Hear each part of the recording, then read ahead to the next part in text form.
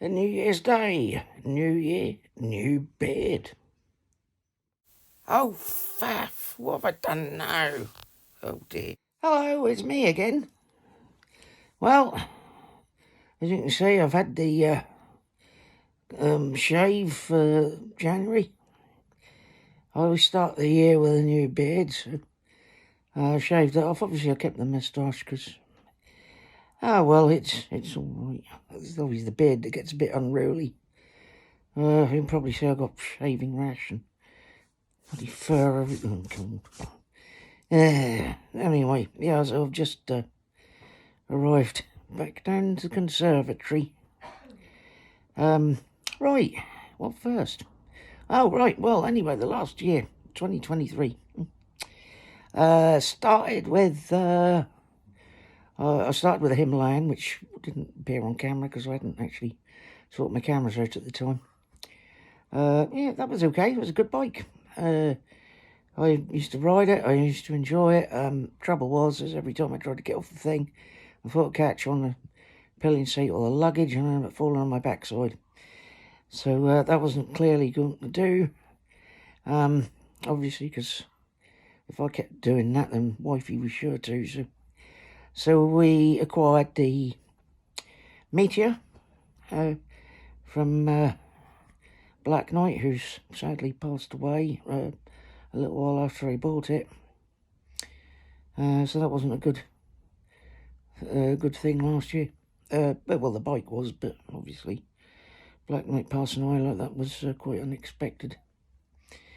Anyway, one of the conclusions I drew, because I was also running Poppy the 500 Bullet, and I would take turns with the bikes.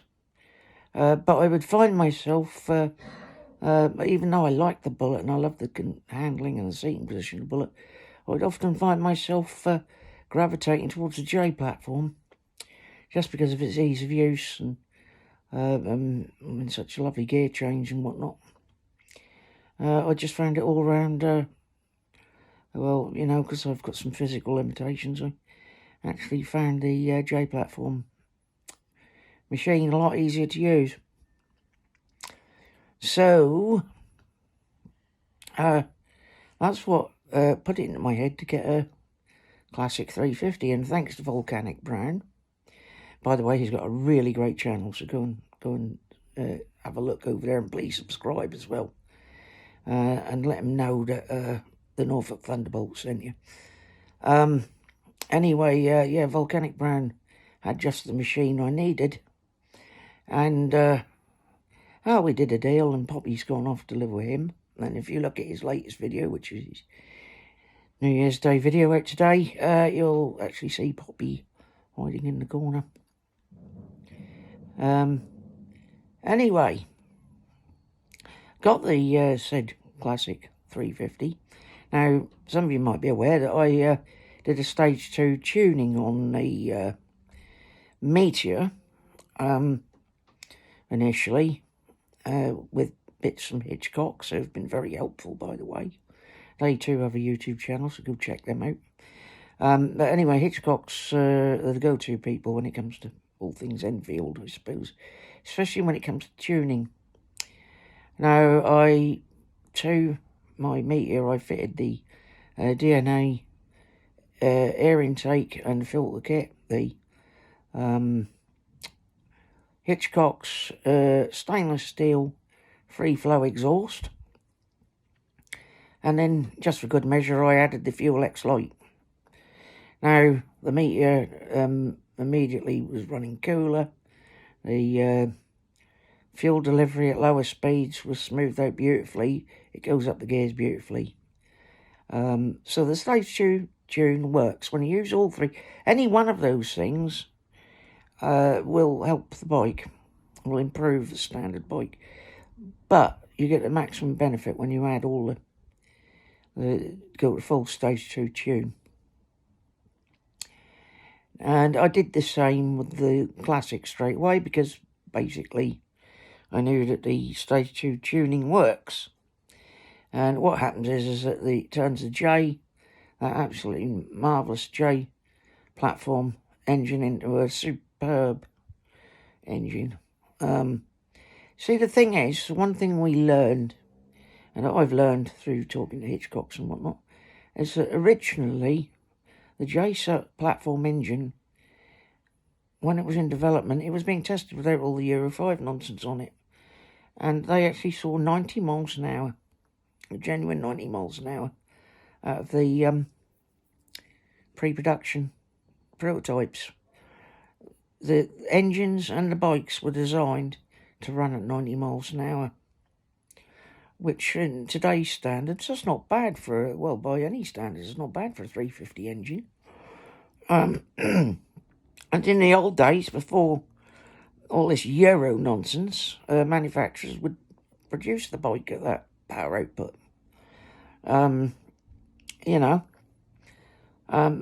Luckily, we don't. We live in the UK, and we're not subject to Euro rules anymore, which is probably the only good thing to come out of Brexit, as far as I'm concerned. So it's our bikes, our rules. Anyway, those modifications I've spoken of, also I checked my insurance company, don't affect the insurance at all, and the reason being, they're on a list of accepted accessories, certainly with my insurance company. And also, it doesn't affect the speed limiter. Now, the reason for that is the speed limiter that holds it at 73 miles an hour is actually hooked in through the ECU. It's hooked into the ABS rings. And no, you can't undo the ABS sensors to override it, because that won't work. Not as far as I can tell. I've got no proof that works at all. There are also rumours that if you fit a Hunter ECU to any of the other J bikes, it'll get rid of it doesn't have a speed limiter on it. Well, again, from what's been reported, I mean, I've got no solid information. When I say solid information, either video evidence or dyno evidence or anything available to prove that putting a Hunter ECU onto the any of the other J that works. So it's just anecdotal. Now, obviously, if anyone out there has solid evidence that works and can prove it with video, or even better, a dyno readout, then I would be very happy to republish that proof and champion that particular way of doing things. But to be perfectly honest, I have my doubts. Being the sort of person I am, I like to have actual evidence that these things work. Which brings us to documentary evidence put out by Mr. Tiger Ness recently. He fitted the Kent cam, also available from Hitchcocks, and he did see a huge improvement over the mid-range torque and low-end torque on his classic 350, and he only had that in conjunction with the air intake kit. He run the decap pipe air intake kit exactly as Hitchcocks had dynoed it. So that's the format he went for. Now, as you're all aware, probably by now, I've just bought one of these Ken cams, and that's going in my classic in the first instance. That'll be happening over the next few weeks. Depends on, but first of all, it depends on how cold it gets, and also whether I can prize our spanner Yeti down in the next village, whether we can prize him away from his hibernation. This may or may not happen, depends on how much good food the wife entices him over with. But that usually works. Offer him a home-cooked meal and he'll be here, and then he'll be out spanner twirling. There's Billy the Yeti. Bless him. I wouldn't be able to get anything done without Billy the Yeti, because, well, he's got a little bit more physical strength than I have, so...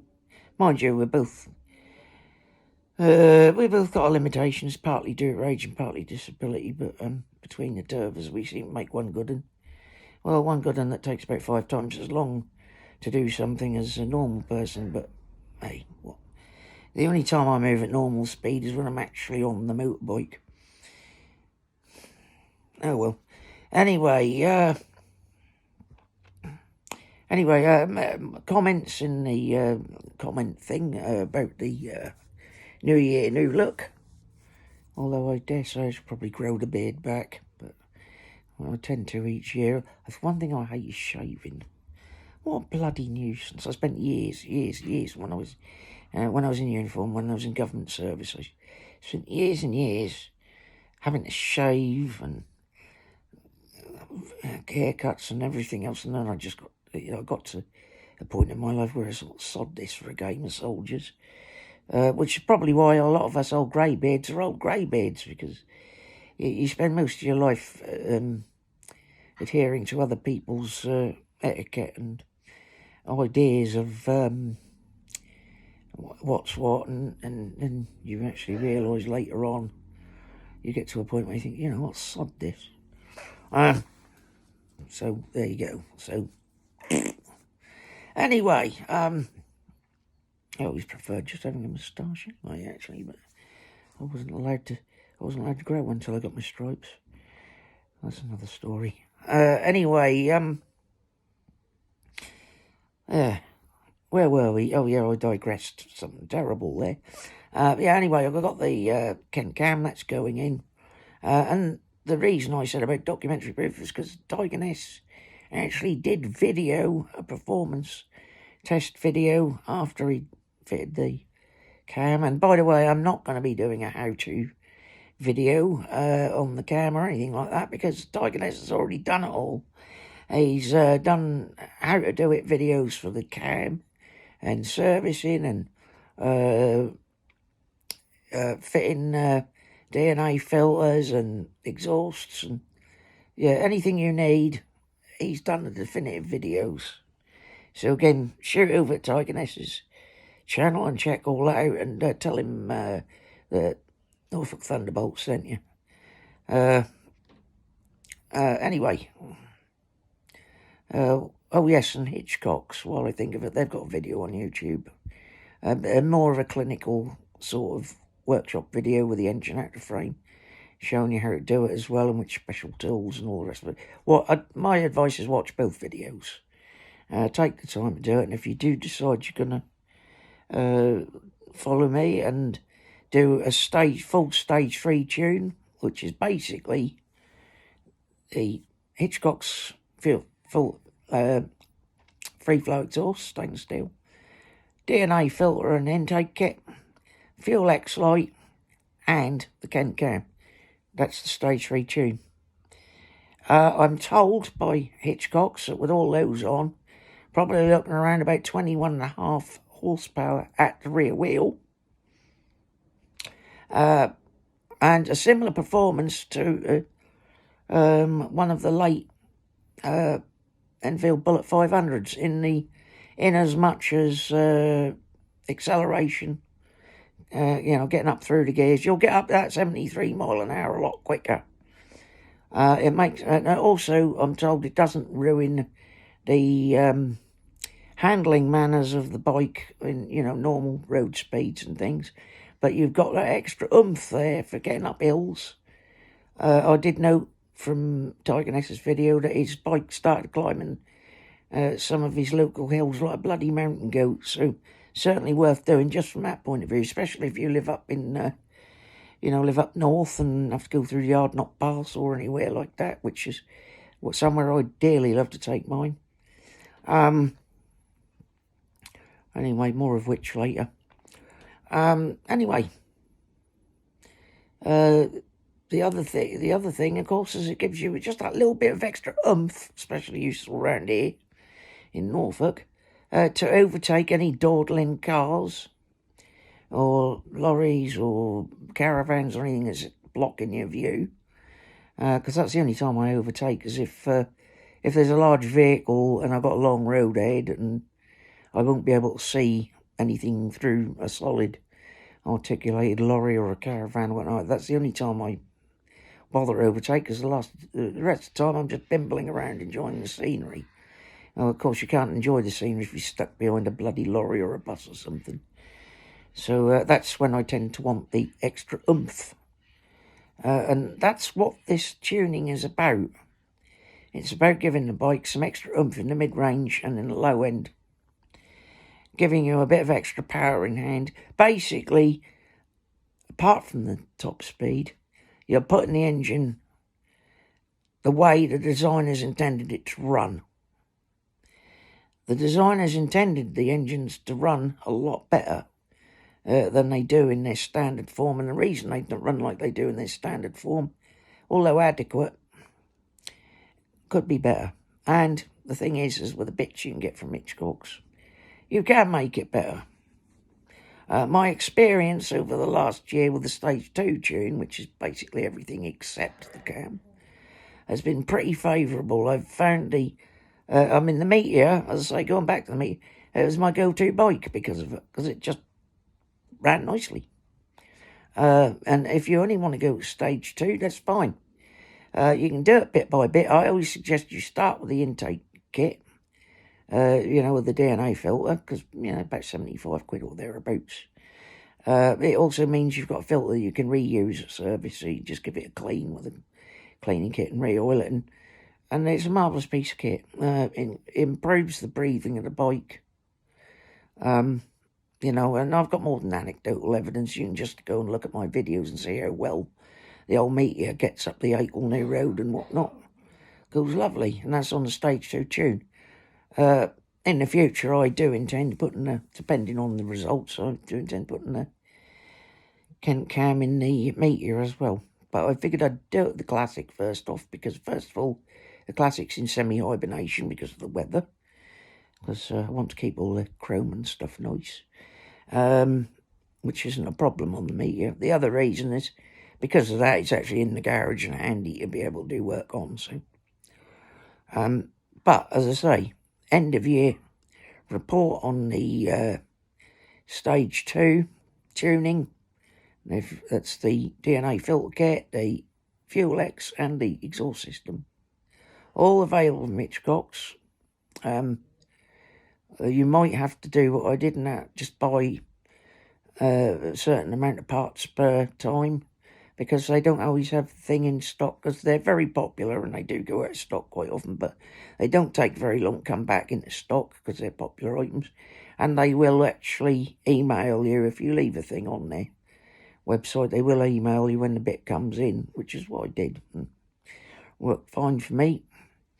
The only other mods on my Meteor are the heated grips, but I am planning to get some heated gloves for use on the Classic, because I don't want to put any heated grips on that one.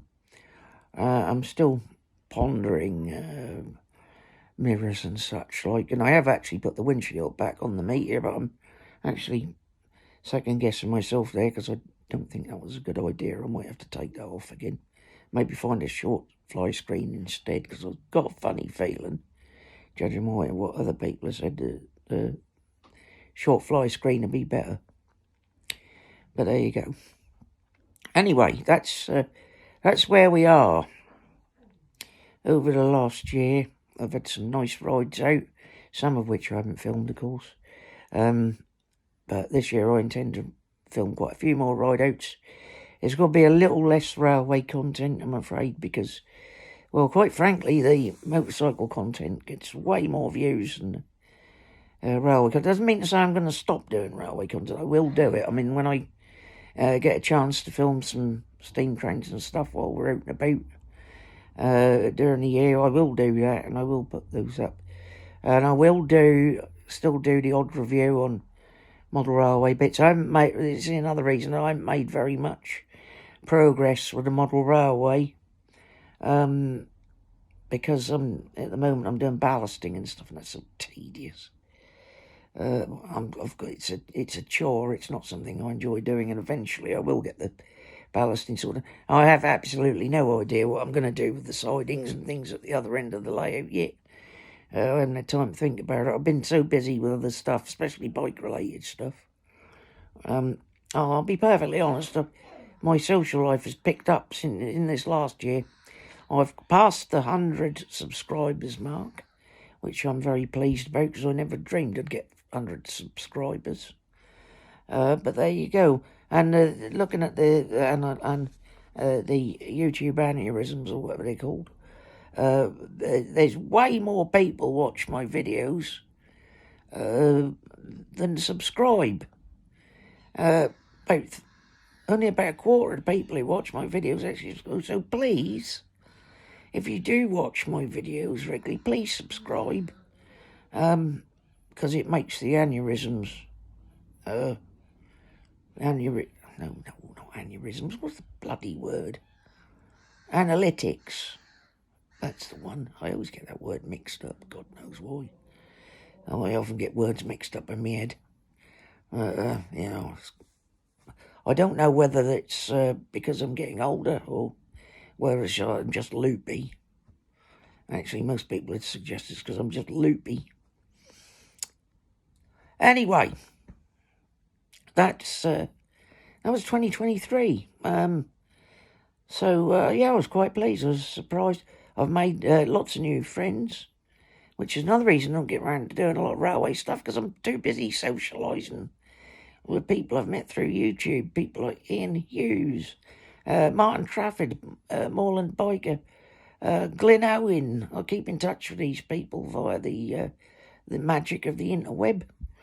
Who else? Oh, yes, the all-year motorcyclist who's boosted my viewing figures no end by mentioning me from time to time. Coast Rider Scotland, who's done the same, bless him. I do like old Brucey. We keep in touch as well. He's always doing bonus trains for me on his videos, bless him. He lives up near the East Coast Main Line, so he has all the trains go by the bottom of his garden. Oh, he's a lucky bugger. He said, I'd probably love living where he is. I probably would. That's lovely riding weather. Lovely. Even in the winter, the riding weather and the scenery, and it's gorgeous. Yes, East Lothian is definitely somewhere I would like to visit. I'm going to have to get myself up to Dunbar one day. I haven't actually been up to Scotland yet. So there's somewhere I definitely want to go. Another place I used to go in my younger days that I miss going to is where Paul Henshaw is, by the Black Mountain here in Llanfyrdr, next door Llandoch. I have trouble with Welsh pronunciation. I try my best. But I used to love going down there when I worked in London, again, government service. I'd finish on a Friday afternoon early. We'd saddle the bikes up, put all the camping gear on, and we'd all bugger off and stay at Pont Aber, which is just up the road from Paul. There was at Pont Aber, there was a coaching inn, and it had a camping area and little caravans and to hire and camping ground, and most importantly, a big roaring open fire inside with a lounge and settees and loads of good grub and Welsh ale and a little disco thing as well, like a community hall type thing. And most importantly, petrol pumps out the front. They're not there anymore. It's now a private house now, I believe. I've seen it plenty of times on Paul's videos because he often does his test rides up the mountain and goes past it. So it brings back... This is one of the reasons I watch Paul's videos so much. Apart from the old bikes, he's riding around an area where I used to go for my holidays and I used to love it. The only problem was, every time I was there, it was raining. I will probably tell you a story of that one day. But yes, I haven't forgotten the story of the C70. That my second ever motorbike. That will come though.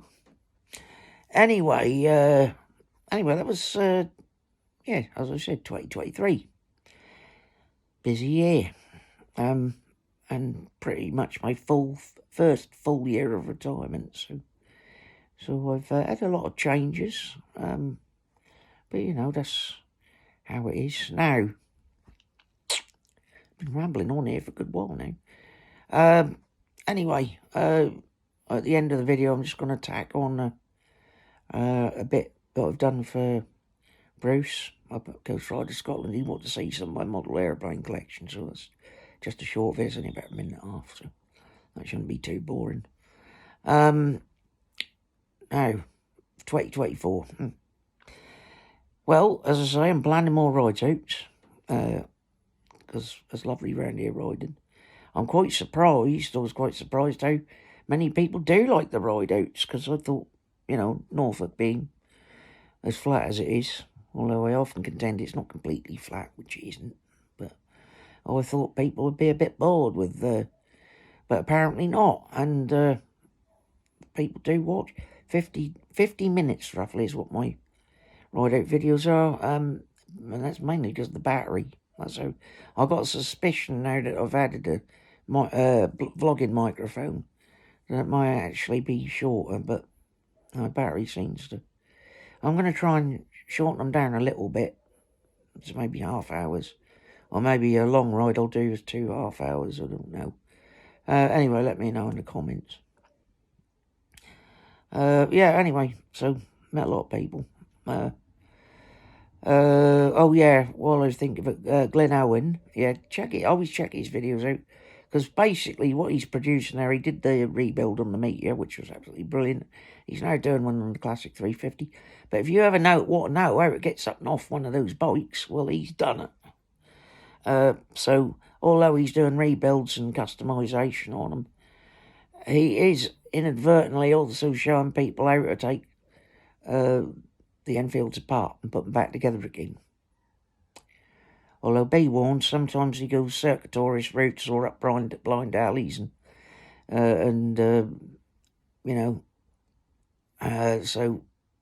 but his videos are so entertaining. I look forward to every one of Glenn's videos, because I just know he's got to do something that'll either amuse or horrify.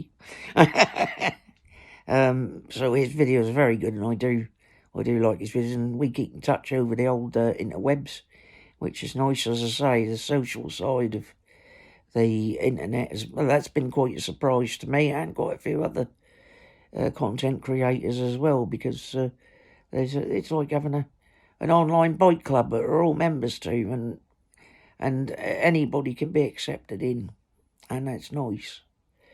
And sometimes, people often complain about social media and how it's all the dreadful things and everything going on in the world and whatnot. But sometimes having that little lifeline amongst people on social media, it shows you the internet when it's its best. And I think the best example of that this year was when Dave, that bloke on a motorbike,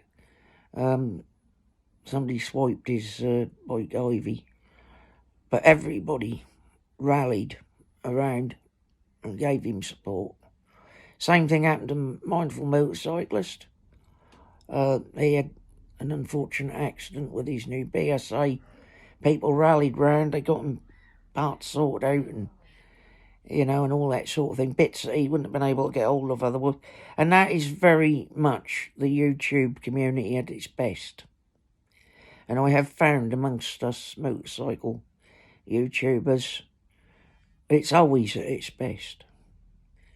There's always somebody there who'll give some advice, always somebody to reach out to for help.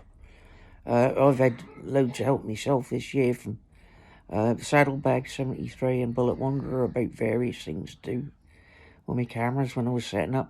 Ian Hughes has been an enormous help to me. Camera bits and pieces, and him and Glenn Owen suggested bits to me to remount my camera on my helmet, because that's the other big change this coming year. I'm going to try out different camera mounts and angles. I don't like to get too involved with too much tech on the bike, because it goes against my Luddite principles. The thing is what I'm trying to do, because when I'm on my rides, I've got a chest mount, and of course you can see the road and everything as I'm riding along, but if I see any nice scenery and that, and I look round, you can't see it. And then I realised this, and I thought, well, you know what, if I was sort of dubious about putting a helmet mount. I was worried about the extra weight, I was worried about the aerodynamics of it, and I've actually done a quick test ride with the camera. Unfortunately, that last ride out I did, you only got 8 minutes of it because all you could see was the ruddy handlebars and the camera angle wasn't quite right, so I got sorted out. I've got the bit to do that now, so hopefully the next one will be okay. But the thing is, it will enable me when we're riding along, I'll be able to point out a landmark or whatever and you'll see it. And, you'll know what I'm talking about. The other reason for this now, I ain't got a picture of it, unfortunately. I think it was because of Teapot One. Yes, he did a video recently along with what was the chap's name? Simon Ware, I think it was. Don't quote me on that. I ain't double checked it. But that chap he was out to ride with, they went and did a loop, and they've done several loop routes, and they're from a book by Simon. And I think I'm right in saying he's Norfolk based. He might not be. I think he might be. But he's done a book of called The A to Z Britain for Bikers, and it's got all loop. Like my angling TT loop that I do regularly. My test, what I call my test track. Well, he's done a whole book of loop circuits where you start at a place, go round, and then finish at the same place. And he's done these routes for pretty much the whole of the UK, including Ireland, Northern Ireland, that is. And I saw that, and I went out and bought a copy straight away. As Teapot One, that's your fault. I spent money. Luckily, the wife didn't mind. She thought it was actually a good book. So that book will go with us either when we're on the bike or, in fact, when we're in Queenie, the Millboard Beach Hut. Because a lot of them routes you can do in a car as well if you want. And, of course, some of us retirees, we get a bit cold and whatnot. Or sometimes I've got to take on the wife wants to drive out because she enjoys driving. So I let her do the driving. I don't like driving cars. Hate it. But we've got our van, Queenie, the Millboard Beach Hut. Peugeot partner, and it's got a ramp, and it's got a ramp for my wheelchair, and it's got, look, we could put motorbikes in it if we want to. Ooh, don't tell the wife. But anyway, we sometimes go out for long, trips out on that, so I think she's looking forward to. Hello. Ooh. We'll get coffee. Oh, lovely. My dear wife has just brought me a nice hot cup of coffee while I'm in here. Bless her. And she nice. Thank you. Love you too. Love you too, dear. Yeah. Yeah. Anyway, yeah, she doesn't appear on camera. But just to prove I'm not some sad, lonely old guy. I am actually married. Happily married for the last 23 years. And, she look after me, bless her. She's a good girl. Anyway, yeah, what we got here. Nice cup of Nescafe. Oh, that's a bit warm. Let it cool off a bit. Anyway, I've lost my track now. She always does it with a nice cup of tea, bless her. She's been in her magic cave, otherwise known as the kitchen. And she's cooking up cowboy food. Here, a quick recipe for you. Take a pound of mince, a pound of finely chopped onion, brown those off in the pan. Add some Old Bay spice. You can get that from Tesco's.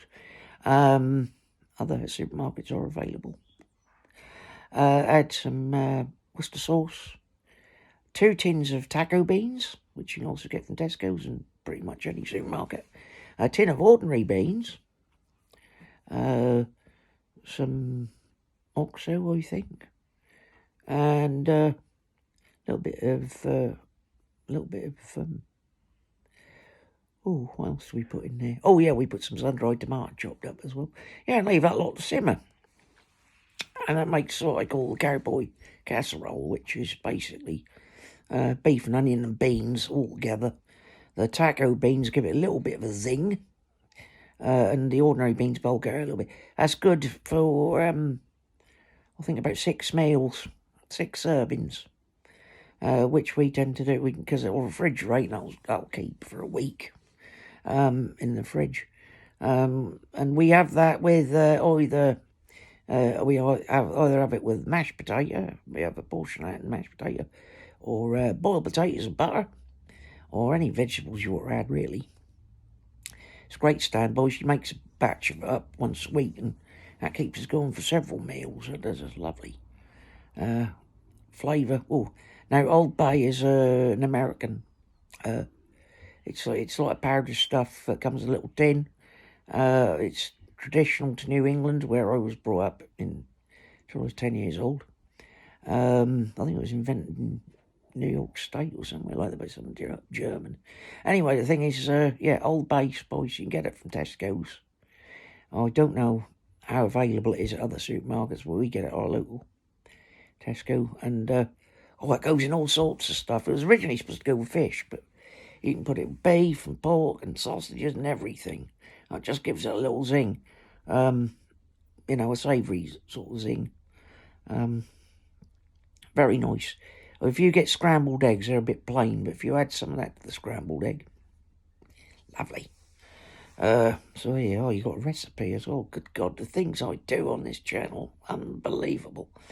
Anyway, that's how we get the Yeti to come over. He loves cowboy casserole. If I tell him some of that's on, he's over. Ooh, I bet give him a ring this afternoon and say there's some on the go. He might come and do that camshaft. Anyway, as I say, camera angles, sorting that out. I've got a new vlogging microphone that seems to work. So the feature of my next video should be that you get proper sound and proper vision. I'm also still learning the art of editing. These pieces of camera I do in one take. I don't know how I do it in one take because my memory being what it is, but for some reason I do generally remember everything I'm supposed to say. That's when I'm doing the comments bit at the end where I've got to put in all the links to all the people I've mentioned. It takes me several attempts and several edits to get that right, but there you go. Right. Anyway, one of these days I'll do a video on all the gear I use when I'm doing YouTubing, and also all the gear I use when I'm riding, because I tend to wear some. Oh, and by the way, the hat. Yes, you've guessed it. I haven't been to the barber's yet. I ain't look tidy. I think I got this one from Walker and Hawks in Solihull. Anyway, you can find them on the interwebs, Walker and Hawks. Walker and Hawks. Anyway, that's where I get some of my stuff. I also get some of my stuff locally in Norfolk. I tend to wear a lot of tweed these days. Again, it's my age, I think. That and the fact keeps my knees warm.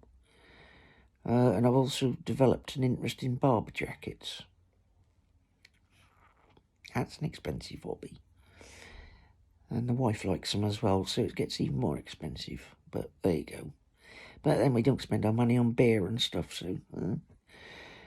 Right, anyway, this video's gone on far too long. We're now coming up to the 40-minute mark. So, I think I've gabbled on enough. So anyway, thank you everybody who's helped me out this last year. Thank you everybody who's subscribed. Thank you everybody who's watched all my videos and maybe not subscribed yet, but please do. Share my videos with your friends if they're amusing. Who else? And a special hello, 5D Traveller, Mick up in Scotland. He's doing a wonderful series of videos covering his travel from all the way up in Scotland, all down to Cornwall and back again. And there'll be a guest appearance by Ian Hughes on there, I think, eventually. Very relaxing videos he's doing. My newest discovery is Teapot 1. nice chap. He just makes me laugh. He's got the same sort of rambunctious sense of humour. Oh, and I've also discovered On the Road channel where chap and his good lady go all over the shop. They did a trip to Italy and back this year, so you might want to check them out and all. Again, very friendly people. They read all their comments and answer.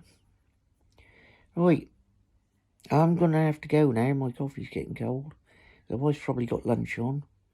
The cat hasn't put in an appearance yet. I expect he's gone off for a nap. Sorry about that. I'll put a photo on at the end of Bugsy. Anyway, have a happy and prosperous and trouble-free New Year. And remember what I always say, keep both hands on the handlebars unless you're giving hand signals. Keep both tyres in touch with the tarmac at all times, unless you're off-roading.